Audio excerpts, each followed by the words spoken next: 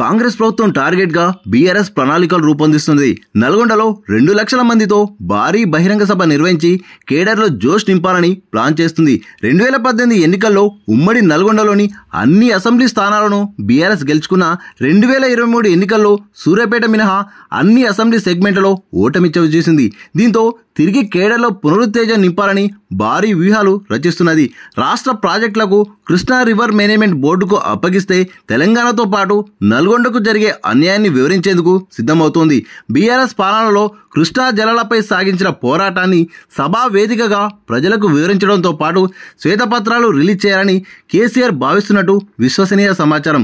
విభజన చట్టంలోని అంశాలతో పాటు నీటి వాటాలపై బీఆర్ఎస్ కోట్లాంటి తీరును వివరించి ప్రజల్లో చైతన్యం కల్పించాలని చూస్తుంది.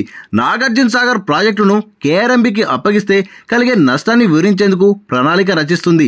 సాగర్ ఎడమ కాలువకు నీటి విడుదల, సాగునీటి కోసం ఏర్పడే ఇబ్బందులను కేసీఆర్ ప్రస్తావించనున్నట్లు సమాచారం. ముఖ్యంగా రైతులు, ప్రజలను చైతన్యం చేయాలని భావిస్తున్నారు.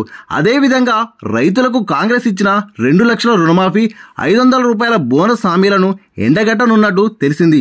మరోవైపు బీఆర్ఎస్ హయాంలో ఇంటింటికి అందిన సంక్షేమ పథకాలు, అభివృద్ధి, ఎన్నికల టైంలో కాంగ్రెస్ ఇచ్చిన హామీలు, కేఆర్ఎంబీలో కూర్చుకున్న ఒప్పందాలకు సంబంధించిన అంశాలను క్రోడీకరించి కరపత్రాలు ముద్రించి ఇంటింటికి పార్టీ శ్రేణుల ద్వారా పంపిణీ చేయాలని గులాబీ అధిష్టానం భావిస్తోంది.